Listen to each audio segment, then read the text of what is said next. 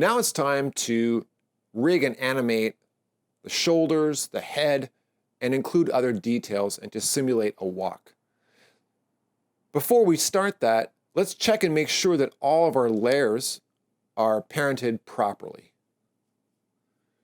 So I can see I've made a little mistake here. The eyebrows are not connected, and I made some subtle movements, and you can see that, yes, indeed, as I lowered the head to adjust in the last video, my eyebrows didn't move. Let's fix it now before a small problem becomes a much bigger problem.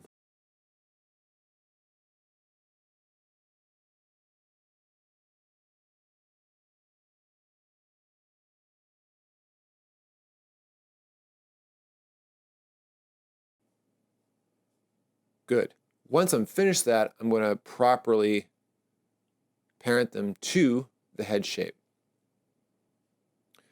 I'm just going to full screen my timeline here. So here's my layers, and here's how they are connected. All of the facial features are connected to the head shape, except for the right eye, which is connected to the left eye, right? So that's the one anomaly. But you've created a chain from the eyes to the facial features to the head. Then the head shape is connected to the shoulders. And right now, for now, the shoulders have no parent relationship. But we're going to change that soon. But this is a structure going from the facial features out to the head shape and the head shape to the shoulders. They should have a chain of all these things. Let's make a new null layer. That's layer new null object. I'm going to call this animation. And this animation layer is going to be an empty layer that controls all of the movements. So I'm going to take the bottom end of my chain, which is the shoulders, and connect it to that animation layer. So now whatever I do to the animation layer controls the shoulders control the head shape, and the head shape controls the facial features. So you can see that that chain is maintained. Now I'm going to make this animation layer 3D. Now a 3D layer enables you to rotate it along 3 axes, and we're going to need all 3 of those axes to make this simulated walk believable. So I'm also going to make the hair, right? In my case, in the drawing that I made, my hair is quite prominent, so it's going to need to move with that head shape. Let's find the head shape and the shoulders and make them also 3D.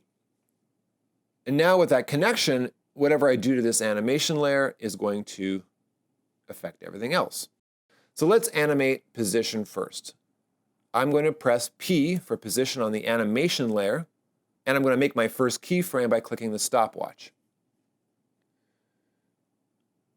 Now remember, our composition is 24 frames a second, so 12 is that half-second mark.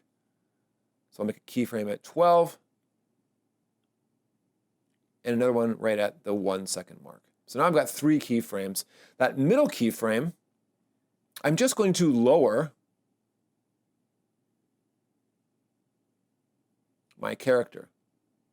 Let's see here. So just so there's a little kind of a bounce to his step, right? I'm going to click on it and make it easy ease. Function F9. Having smooth keyframes for your animation is going to be super important, so use the easy ease.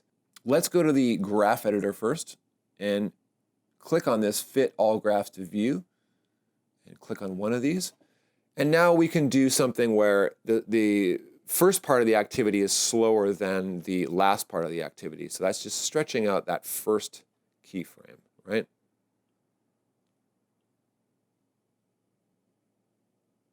Now we're going to apply an expression to this. So I want this to last the entire 10-second composition. And a very easy way to do that is to go over to the stopwatch, hover over it. Don't click on it yet, because if you click on it, remember, the keyframes will disappear. So what I want to do is hover over that stopwatch, hold down Alt on a PC, but it's Option on a Mac, and click on it while holding that down. So now in this expression, I'm going to just type in loop and go down to the menu here and click loop out with the 2 bracket marks. Now, make sure you click off of the expression line. So now you don't type anything extra on there. And now you'll see, if we just take the work area and stretch it all the way to the end, it loops out from the last keyframe, meaning that whatever those three keyframes you set up will just loop until the end. So now he's got a little bounce to his step, which is good.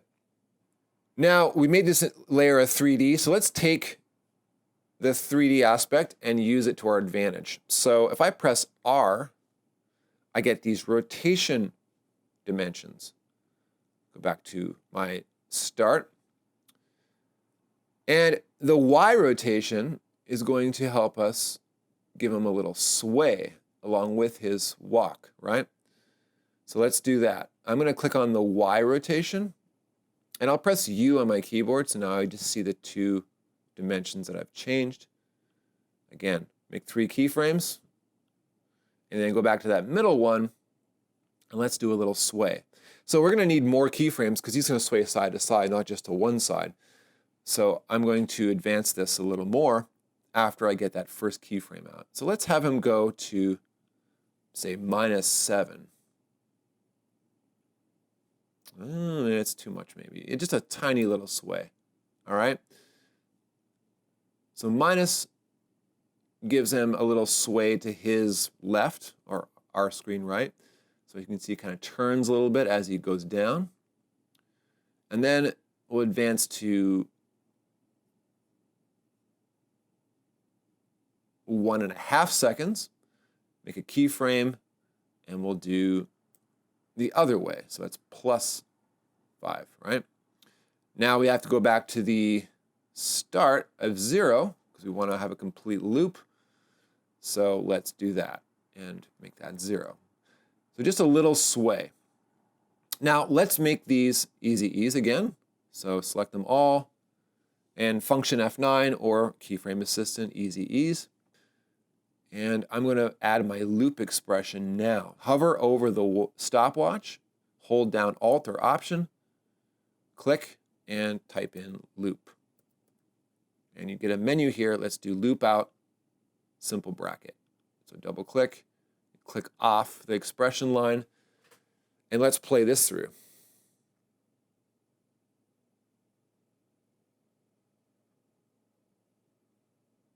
That's pretty good. Good. Now let's go into our graph editor, fit all graphs to view.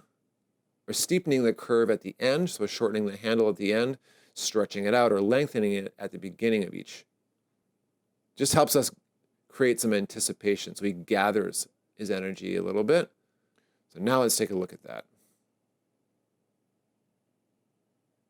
Good. Now let's do something with the head. So the head also is a 3D layer. So the nice thing about these null layers is you can overall animate everything, but also then individually give our character some movements that are specific to certain layers, right? So the head shape now can move. So let's see here. Go into rotation. We're going to animate the head kind of bobbing as well, right? I mean, not that much, but you can see this is kind of the activity we're going to do as he goes back and forth. Let's go back to 0.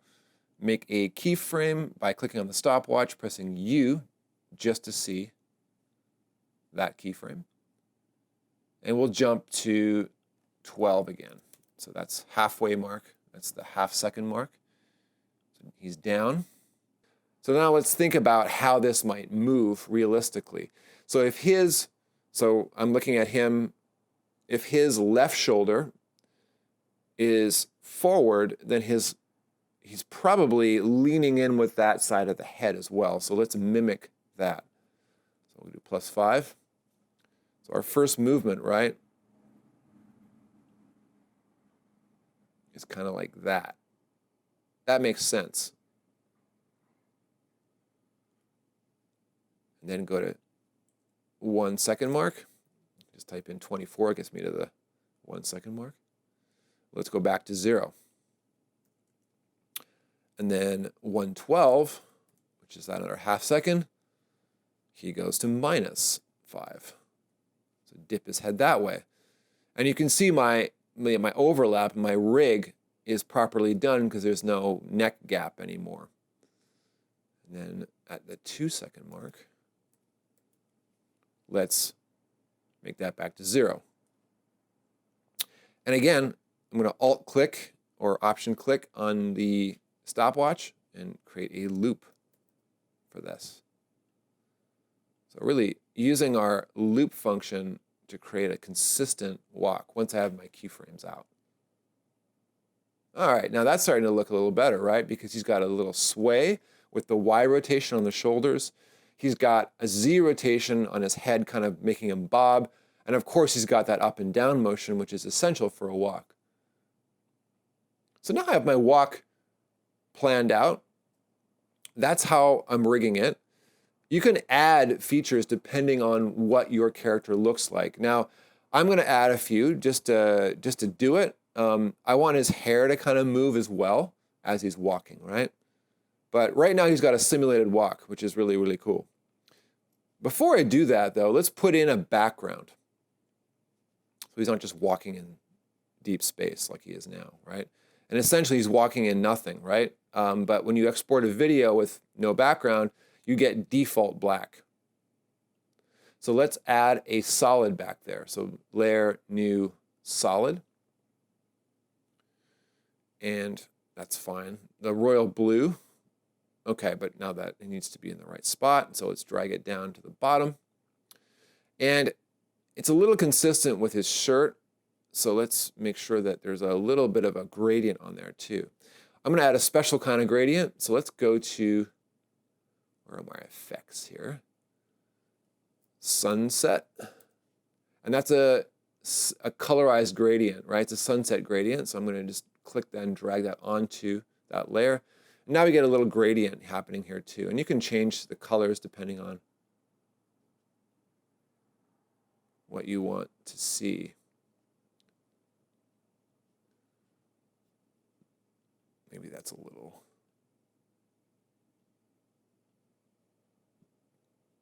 Great. So now you've got this background he's walking up against, a little sky. So this is pretty good as it is.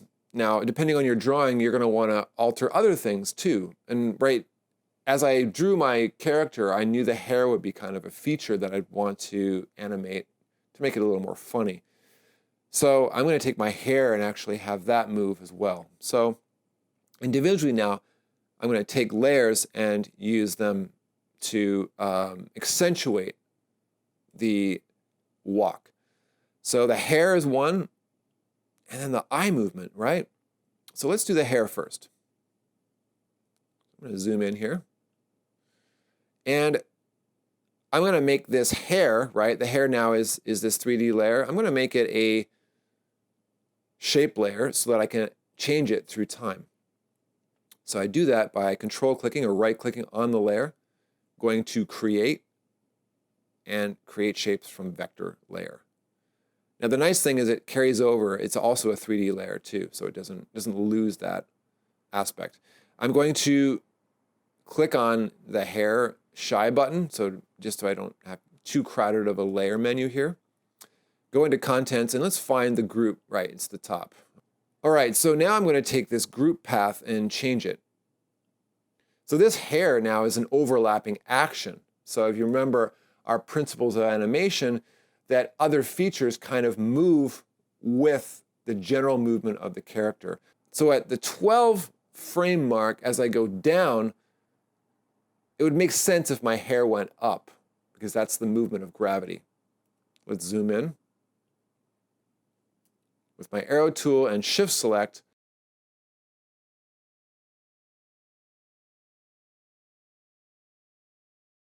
that's good. And go to the 1 second mark. But maybe, just maybe, I want it to go a little lower, right? Because that would make sense, right? That the momentum of the hair moving is actually not going back to the starting position, it's actually lowering a little bit. So now we get this kind of thing with the dip. And now I'm going to go to 12 and copy that middle keyframe. And then copy the last keyframe and go to 2. So now we're just getting this movement here. Now the one thing you can't do on a path line is create that looping expression. It doesn't recognize it. So I'm going to have to just copy and paste all the way through, which is fine. Once I have my movement out, right, I know what I'm doing here. So I'm basically taking the second to last one, advancing to 212, and copying it, right? And taking the second to last one, going to 3, and copying it, right? And all the way through. So I'm going to do that quickly.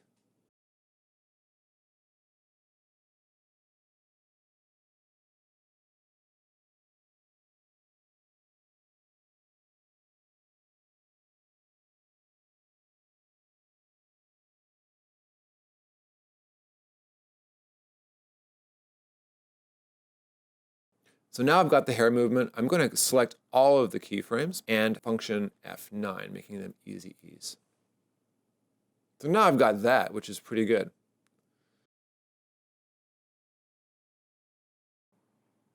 Now let's work on the eyes.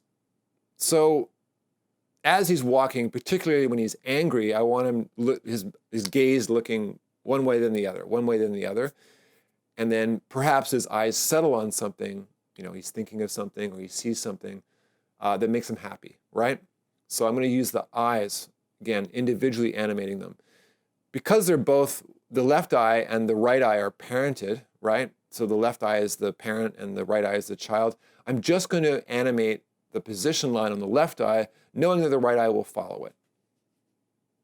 So let's click on the left eye, press P for position, and make a keyframe at the beginning. Now at 12, which is half a second, right? I'm going to make another keyframe, and then at 1 second, so I'll type in 24 to get that 1 second.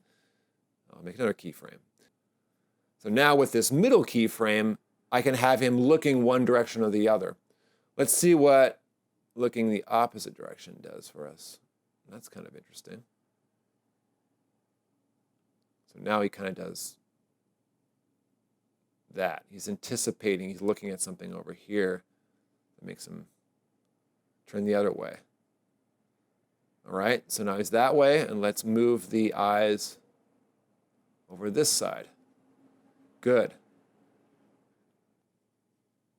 And let's go back to my starting position. So copy that keyframe and paste it there.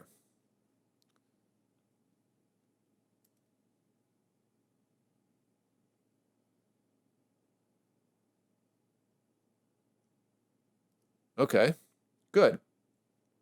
So now I can take the last 4 keyframes of this, right?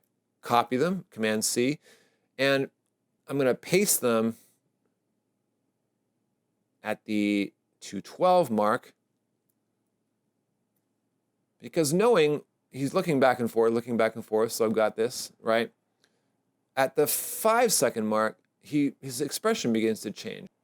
Half a second here. We'll copy that second keyframe. And we'll go back to 0 at 5.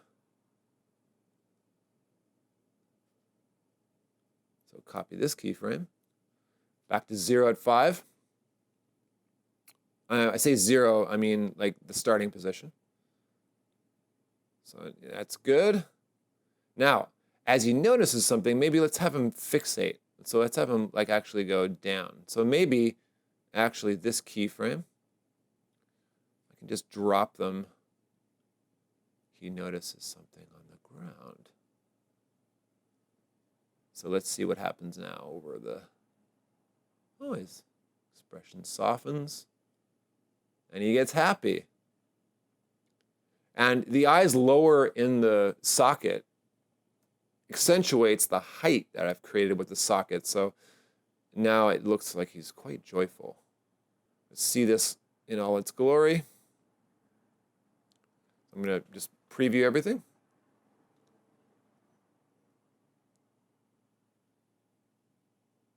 That looks pretty good.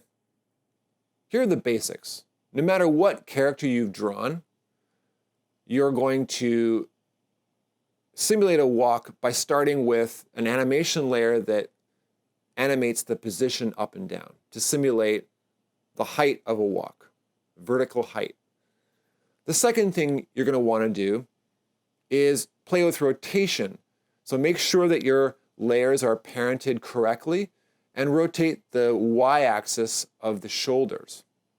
And perhaps you have a little Z on the head as well, so specifically on the head layer.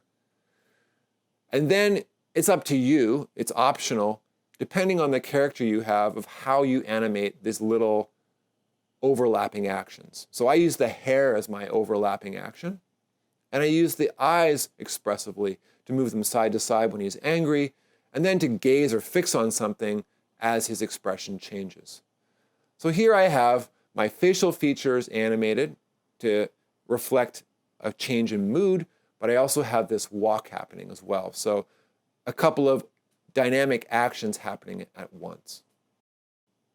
So everyone's animation is going to look slightly different because their characters are different, but I do want you to get the basics of the facial expression change and the basics of a simulated walk.